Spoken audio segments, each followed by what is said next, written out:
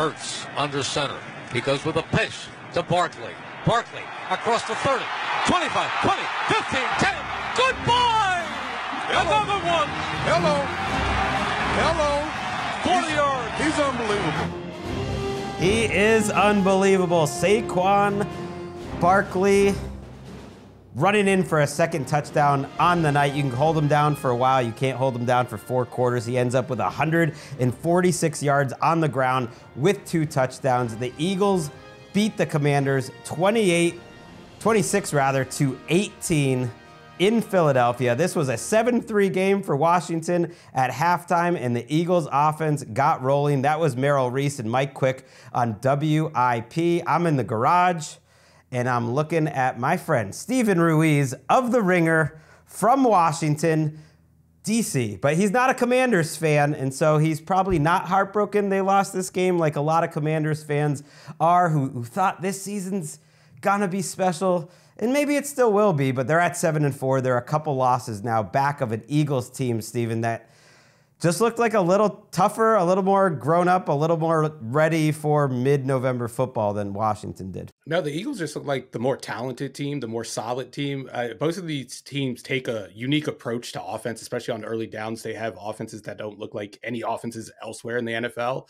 But Washington's to this point has been based on, one, the talent of a rookie quarterback in Jayden Daniels, who's been brilliant, but has run into a bit of a rookie wall this last couple of weeks. And then the scheme of Cliff Kingsbury. I always think there's an expiration date on offenses where you're kind of getting by on smoke and mirrors a little bit. And I think with the Eagles, where it's like talent based, like we just have better guys than you. We have an offensive line that's going to run you over. We have a running back that's going to take advantage of those holes. And then we have 2 wide receivers that if you leave them one-on-one on the outside, we're going to do damage to the air. And I think you saw that play out on the field. I love it. You're already planting your flag that the Cliff second half collapse is coming. I love that by you, Steven. Let's put a pin in that and get to that a little later because that is intriguing. Jayden Daniels has struggled the last couple of weeks, although the offense, had moments against Baltimore. Tonight they really didn't. They end up with 264 yards, and that includes a garbage time touchdown drive that they had at the end. They did have a chance with an onside kick under 30 seconds to go, so it was worth trying for, but most of the night they really struggled. I want to give the Eagles their flowers first, because to me this was the classic Eagles game of 2024. If you haven't watched them each and every week, a lot of them have been like this. And by that I mean they look kind of disjointed on offense often. Jalen Hurts sometimes doesn't make the best decisions in the red zone, for instance, you saw tonight. There was a lot of unforced errors. They had a trick play, which killed the drive. They had a holding penalty, which killed the drive. They had another drive, which had a couple of drops. Jake Elliott's missing kicks all over the place. 2 missed field goals in the first half, missed extra point. But at a certain point, their offensive talent seems to just catch up and overwhelm the opponent. And meanwhile, the defense has been money since the bye week, and now this is a better opponent they're going against. They played well against the Bengals as well, which was a good offensive opponent. And to me, they are absolutely legit, and they make you earn everything. And that combination is a winning combination, because by the 4th quarter of this game, it just felt like the play differential. The Eagles had about 15 to 20 more plays at halftime, ended up being too much for Washington, and the second half drives for Philadelphia, they were leaning on them. You could see when you had the overhead angle, they go field goal, touchdown, touchdown, touchdown to end the game. And Saquon with prairies of acreage to run through, and he hits it. And it's a great formula. As long as they're not turning the ball over, it's tough to beat. It feels partly 2022 Eagles formula. When they were struggling with the passing game, they could just go to that run game and just hammer the same run plays over and over and over again. I remember there was a game against the Giants where I think they ran the same run play out of the same formation 8 times in a row, and the Giants couldn't do anything to stop it. It feels like that. The pass game isn't quite where it was a couple years ago, but we've also seen highs out of the pass game, especially when Jalen Hurts has been pushing it deep outside the numbers to A.J. Brown, to Devontae Smith. I think if they can get that going more consistently, we're going to see this team reach some of the highs they reached when they made that run to the Super Bowl. Yeah, tonight, I think Washington's defense did a good job. I looked, Jalen didn't attempt to throw over 20 yards. He only completed 3 over 10 yards. Everything was short. it felt like the two teams were almost in a staring contest. And my colleague, Jordan Rodriguez of The Athletic, pointed this out on Twitter, that this was clearly Vic Fangio's defensive plan. It kind of always is. Jayden Daniels did not throw well against split safety tonight. According to Next Gen, 7 of 11 for 32 yards. And then the fourth quarter interception that Reed Blankenship picked off. First of all, shout out to Reed Blankenship. He's like the closer. He only catches interceptions in the fourth quarter, and he never drops them. It's kind of an underrated aspect to a defensive back, like a defensive back that never drops interceptions. And suddenly, like, that ball was just rolling downhill fast in the fourth quarter. This was a close game. The Eagles didn't even have the lead going into the fourth quarter. They take a touchdown drive that ends with the tush push with Jalen Hurts with like 12 minutes to go, and after that, it was all Philadelphia. But I think their defensive plan to like make Jayden Daniels really work down the field slowly and not go to his wide receivers. Washington felt comfortable playing that way, but like they need bigger plays than what they got tonight. Yeah, and even during their fast start to the season, they weren't getting a lot of like downfield explosive plays. A lot of their explosive plays were coming on like yards after catch, or Jayden Daniels getting outside the pocket and scrambling for a first down. But like, we remember the big throws downfield, especially against Cincinnati, the 2 throws on Monday night. And then he had some other, like Jayden Daniels, had some other like marquee deep throws. I think he had one against the Ravens. I think he had one against the Steelers down the sideline. But outside of that, there's not a lot of passes going downfield, especially like over the middle of the field. And you saw the Eagles kind of take away those early down efficient plays and force them into a drop back game on third down. And this was one of their worst games on third down. I think they were 1 for 9 at one point. I know they might have improved the stats on that garbage time drive. I guess it wasn't garbage time because they cut it to 1 possession, but really before that drive, they weren't really moving the ball on third down at all. And that had been such a strength for them. They had such great third down numbers, such great fourth down numbers. We see a fourth down stop on a concept that I know some people criticize the play call there, but that's a call they've been using a lot on fourth down and having a lot of success with it. It hasn't been stopped. Having Jayden Daniels do a little play action fake and then roll outside the pocket and either run for it or pass for it. And no team has been able to stop it. But I think it speaks to how much heavy lifting the scheme was doing early on. And now that teams kind of have all this film and know how they're going to approach games, I think we're going to see them they're going to have to come up with plan Bs and plan Cs going forward. I'm glad you brought up that sequence. So after the Eagles touchdown, the score is 12-10 because Elliott missed the extra point, and Washington is driving. They actually have a 2nd and 1. They're playing fast. They're playing tempo, which is where they've been at their best all season. It was the first drive of the night where Jayden Daniels just ripped a couple of confident throws. He had one to McLaurin, who only had 1 catch tonight, and that led all wide receivers. Zacchaeus had 1, Noah Brown had 1, De'Ami Brown had 1, and they totaled, just doing some quick math here, for 28 yards. That's absolutely outrageous. Their wide receivers got absolutely nothing done. So it's 2nd and 1. They're in field goal range, and Jalen Carter, to me, makes the play of the night. I was watching on the Prime Vision view from the overhead camera, which is just awesome, and the way he shed the tackler there and penetrated, I don't think many defensive tackles, if any, are going to make that play. And so he forces a 3rd and 2. They stuff that. It was kind of slow developing. That was a nice play, too. That brings up the 4th down that you mentioned. Let's actually take a listen to that, and then we'll talk about the decision after that. Instead of trying for a game-changing field goal that would give them a 1-point lead, they're going to go on 4th and 2. Daniels under center. Daniels is back. He's being chased. He's running. He's being pushed. He's knocked out of bounds. The Eagles take over on downs. The Eagles take over on downs. That was a great call there, again, by Merrill Reese. And Jalen Carter busted up that play, too, at the beginning. I know they fumbled the snap a little, but that is an incredible sequence. This guy had 3 quick pressures tonight, according to Next Gen Stats. Like, he is having that second-year leap. I don't even know if his raw numbers are that crazy. I honestly don't know, but just by the eye test and the film and everything, he's having that second-year leap. Like, he might be an all-pro right now. And that sequence with the 4th down stop, too, which they make a good play on the edge, he started that play. Yeah, it kind of reminds me of watching like a young Aaron Donald where you didn't even need to see the numbers. You saw 99 just blowing up every play. Every time you watch on like Game Pass, the condensed version, you'd see 99 breaking into the backfield. And that's kind of how it feels with 98 on the Eagles right now. And there were times when like Washington had a good play call on. Like they had the numbers in the run box, they had the blockers there, and then an Eagles defensive lineman, usually Carter, would just blow up the play. And that's the difference between these two teams right now. One is a finished product, or as close to a finished product as you can get with them kind of like bouncing back after the last year. And then you have Washington, a team that's still trying to learn how to build around this young quarterback who has given them a spark, but I don't know if they're ready for games like this at this point in the season yet. Ooh, you know what's interesting? I was not expecting to come into tonight and hear some Jayden skepticism from Steven Ruiz.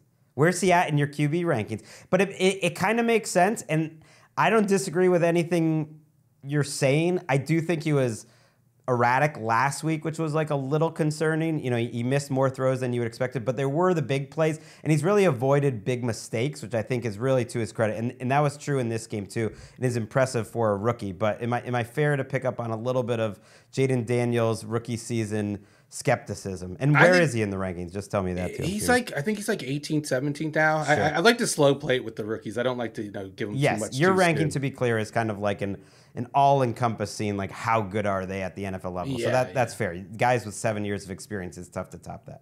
But most of my skepticism has to do with Cliff Kingsbury in the offense. I think every rookie, I'm going to be skeptical that they're going to be able to carry over a hot start to the rookie season to the second half, especially when the schedule gets tougher. But I think Jayden Daniels' skills, I don't question those, like the skills that have allowed this offense to operate like it's operating. And that's like precise accuracy, especially underneath 20 yards, and then his ability to run. Now, we have seen him kind of lose that. I don't know if it's the injury. I don't know if he's hesitant to take some hits now after the rib injury, but he's not making guys miss in the open field as much as he did early on.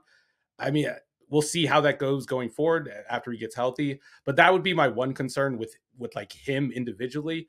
But I think the more that teams are able to like sit on some of these concepts that Washington has had a lot of success with, and they start to figure out how they're using the no huddle in the second half, I think it's just going to get a little bit harder. I don't think like they're going to go away. I don't think this offense is a complete fluke. And I think Jayden Daniels is going to end up winning Rookie of the Year, and we're still going to feel good about him at the end of the year. I just don't think it's going to be that, oh, he's a top 5 quarterback based on production and maybe even an MVP candidate by the end of it.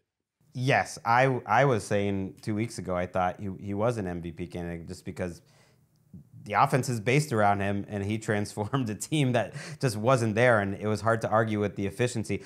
I think it's just the schedule. You played 2 of the better defenses right now in the league. I'm comfortable putting Philadelphia there as a top 8 defense, whatever the number is. Certainly Pittsburgh is there too, and so you play some better defenses, and they won more than they lost. They weren't disasters on offense this last 2 weeks.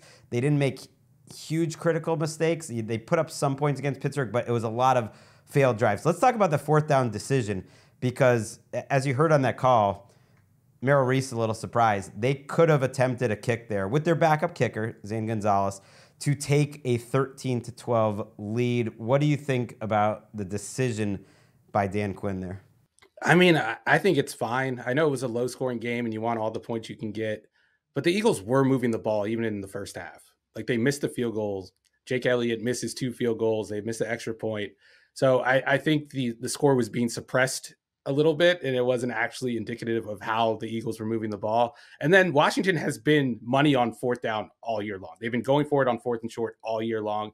To stop doing that, to go against your identity in the biggest game of the season, I think that sends the wrong message to your locker room. And it says, like, if Dan Quinn does that and I was in that locker room, I would go, oh, he was scared of the moment. Like, he does it against the Bucs.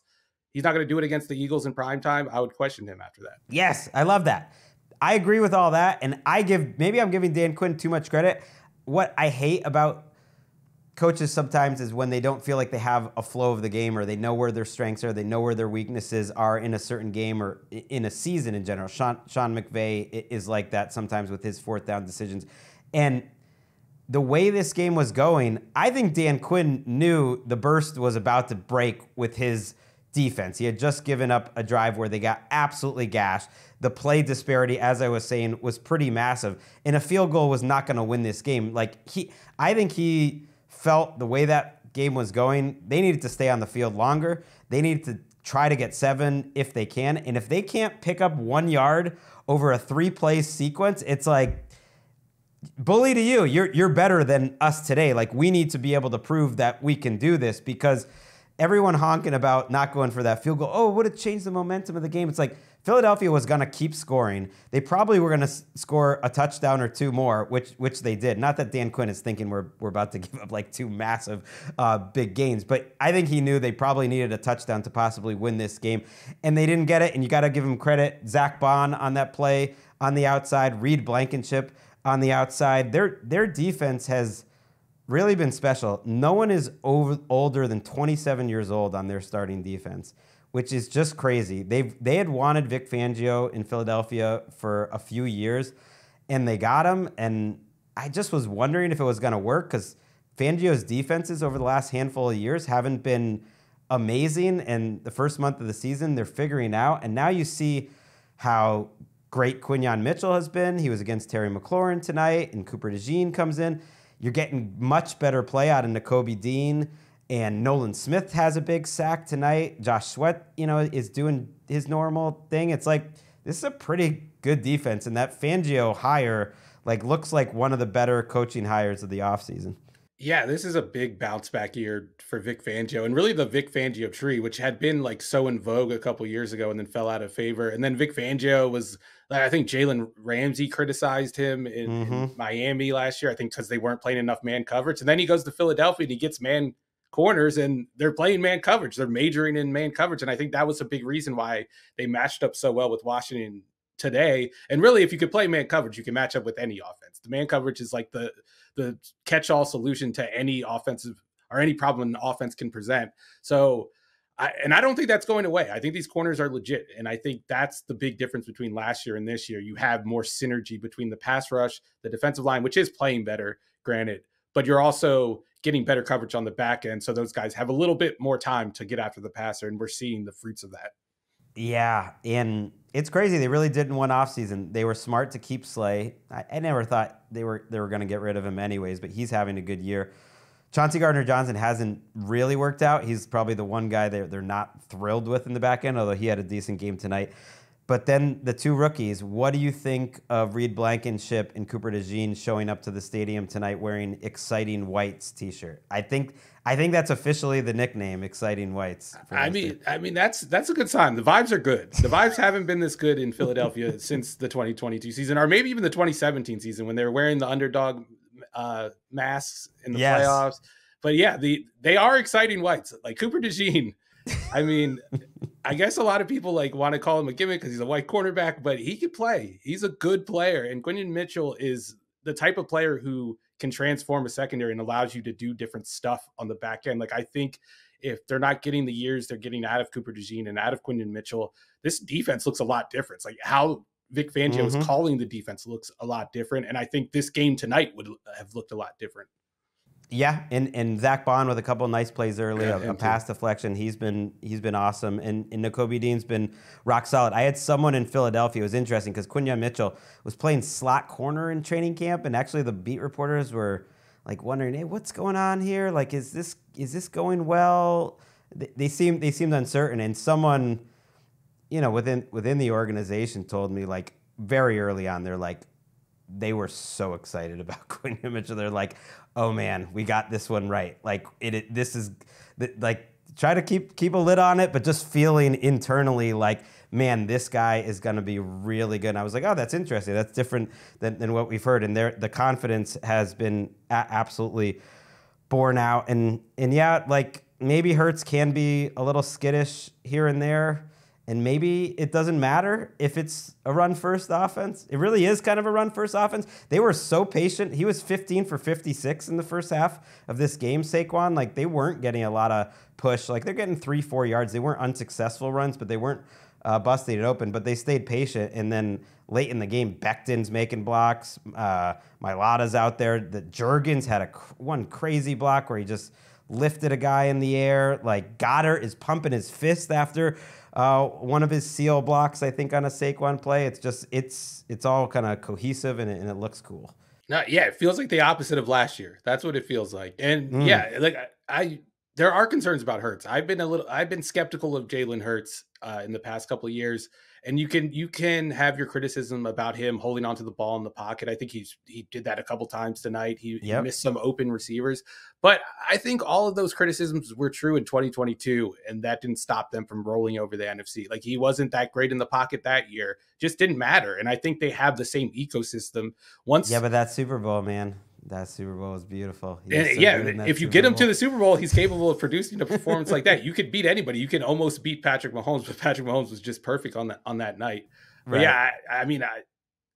I'm not going to say they're going to win the NFC, but I would not be surprised if they're in the NFC Championship. And if you would have asked me about this team ceiling a month ago, I would not have said that. And I think one of the big differences, the receivers are back, and that stretch without those receivers kind of poisoned our perception of them. I think it made me a little bit too low on them and what they could be. And now that I've seen that receiving core back and what Saquon can do with them around and with that offensive line, how it's rolling, this offense could be like a top 5 unit at its best. Yeah, and they're, cross your fingers, like quite healthy right now. They get Mailata back, and Goddard is a very important player for them. So yeah, when they're missing Goddard and Brown at the same time, and they're undefeated with A.J. Brown, especially if you watch those first games that Brown was back, like, he just was the whole passing game. I mean, they just spam him on a slant whenever they need it, or a go ball, and Jalen throws those well, and A.J. Brown's that good. I mean, tonight it doesn't pop off the screen. He's 5 for 65, but I would just say in terms of value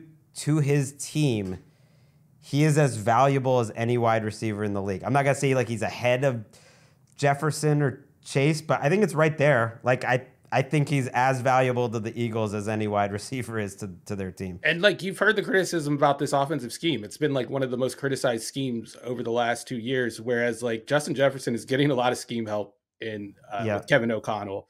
Whereas the Eagles like scheme is just like A.J. Brown run in a straight line. A.J. Brown take 2 steps in a slant. And like you said, it's open every time. Like, it's easy money. I know they missed on a couple throws today, but that's the exception to the rule. Usually that go ball outside the numbers has been money for them, and especially against this opponent. So I am kind of impressed with what Washington did, especially in the secondary in this game, because they've had trouble defending this offense when it's rolling, especially those 2 guys on the outside. The last couple of years, those guys have went wild on their secondary. It didn't happen tonight. So your family are Commanders fans? Yes. Okay. Season ticket holders. First of all, how was that? You grew up as a Washington household, and then you become a Panthers fan, and then how's it been, this transition to Commander Land with Jayden Daniels for them and everything?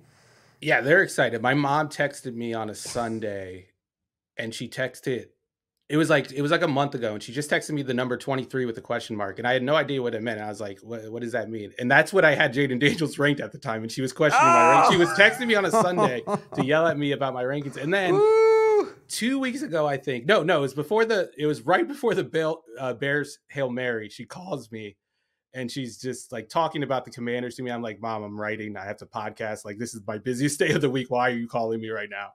And then I hung up the phone, and then literally like 5 seconds later, Jayden Daniels throws that touchdown for the win.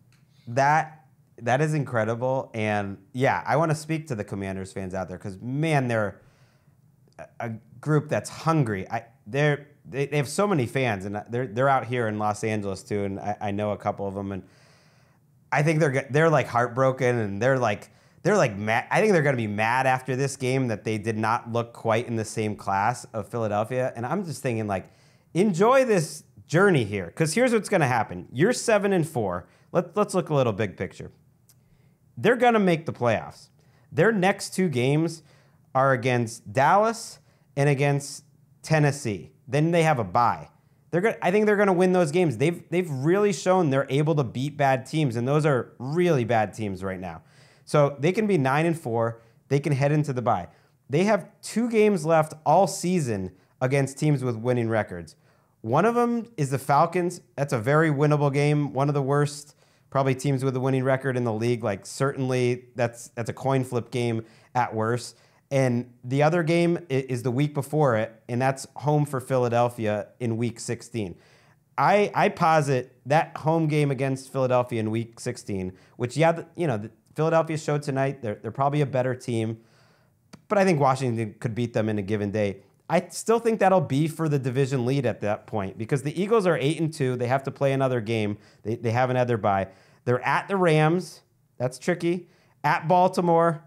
They have the Panthers, so that's a layup. Then they're home for Pittsburgh. That's all before that Commanders rematch. Those are 3 tough games in there. I think the Commanders are going to hang in this thing. The Eagles will probably have 3 losses, like at best, going into that game. And you'll have a chance to get a spot for first place in freaking week 16, a year after everything that happened last year. And like worst case scenario, you lose that game to Philly, you don't win the division, you finish the season with the Falcons and the Cowboys, you're probably getting to 10 or 11 wins and you're probably going to the playoffs. So like it's house money. And I also think like you're going to be playing big time games like the week of Christmas this year. So this loss does not feel like overly devastating to me. Philadelphia to me had to kind of get this game in hand considering the schedule that's coming up.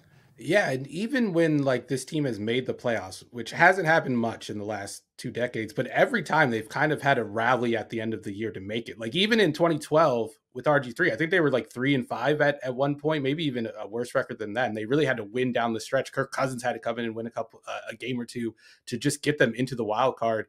2005, I think that's when Sean Taylor was killed, and they had a rally then with Joe Gibbs. When Tyler Henneke, when they played the Bucks in the playoffs a couple years ago, like they didn't look like a playoff team until like the last week of the year, and I think they won with some like ungodly record. This year they're actually like winning wire to wire, and this feels like a race that you can pay attention to every week. Like I'm with you. I think no matter how this ends, you should be happy because this is the first time you've been able to follow a team like this for, I don't know, maybe before the turn of the century. Right. So the only game I didn't mention, by the way, on the schedule was a game against the Saints. So, man, you got 2 games against the Cowboys, the Saints, and the Titans. If you just can win those games, you're at 11 wins right there without even beating another good team. And, yeah, that 2005 team, I sneaky enjoyed that team. That was like the Mark Brunell team, right? And then did we have a Chris Sims appearance at one point? They beat Chris Sims in the wild card round, I believe. That's right. And then they lost to Seattle, and then Seattle beat Carolina. I was really rooting for Washington to win that game because I knew Carolina was going to get washed by Seattle in Seattle, and that's exactly what happened. Yeah, so big winners tonight, Eagles fans. They can enjoy beating Josh Harris, the Commanders owner, at a time where they are not happy with their 76ers. And just before we go, I just have to give a shout out to Joe Shane because like whatever he thought, the Giants GM, I should preface, that famously in Hard Knocks saying that like we didn't give our quarterback $40 million to hand off to a $12 million running back. Whatever he thought could have been the worst case scenario, and whatever was in John Mara, the owner's mind when he was saying he hopes that it wouldn't go to Philly. Whatever the worst case scenario is, this is so much worse. It's so much worse. Like plenty of GMs have let players walk and have lived to regret it, but literally none of them have had HBO come in and document the mistake in their building. Right, but how many though have let go the franchise's best player at the time in his prime, and he goes to a division rival who's much better, and he has like an offensive player of the year type of season? Like, I don't know how many times that's happened. My rule in the NFL is always like, teams never let players that they want to keep go. Like, it's pretty easy to, like, if a player leaves in the middle of their prime, it's usually because, like, they kind of wanted him to leave, which was true here. They did want Saquon Barkley to leave. It just could not have worked out any worse or better for the Eagles and for us, because if he was in New York, like, this wouldn't be happening. So I might be talking from the biased viewpoint of a Saquon Barkley fantasy owner that's like always mad when he goes down at the 1, but it always works out in the end. Where are you at in Offensive Player of the Year? Are you someone that says no quarterback can win Offensive Player of the Year? It's only going to a non-quarterback? Now, yes. I just used to refuse to acknowledge it. I hated it because quarterbacks kept getting it, and I just thought it was stupid. It was the dumbest protest in the history of protests. Was NFL.com's editors would send us to fill out all the awards, and just would skip offensive players. No one else knew other than them that I was, protesting. I was just so stupid. But now non-quarterbacks should get awards. So they should have a non-quarterback award, and then they should have an offensive lineman award too. So yes. So I would say yes. So you would think right now, who would it be? It would be Saquon. It would be Derrick Henry. It would be Chase, maybe. That I guess. Yeah. In the mix. Yeah. I would give it to Saquon. Like, what I would really do is give it to Lamar. I would give it to. I know you hate giving it to quarterbacks, but like I feel like he has at least like a dual threat impact on that offense. Like he is the focal point of the run game and the passing game. So he wins both. Yeah, but if you're not going to give it to Lamar, I would give it to Saquon over Derrick Henry. And my reasoning is simple. I'm not voting an offensive player of the year who's not the best player on his own offense. And I think Saquon Barkley has been far and away the best player on his offense. And that's only really because A.J. Brown has been hurt. I think if A.J. Brown's in there, you can make a debate about that. But Saquon has just been like everything for this team. And when they've gone bad on offense, they've just been like, let's press the Saquon button over and over and over again. And eventually something good's going to happen. And it has. It has. Literally every time they've won, it's been Saquon having a great game.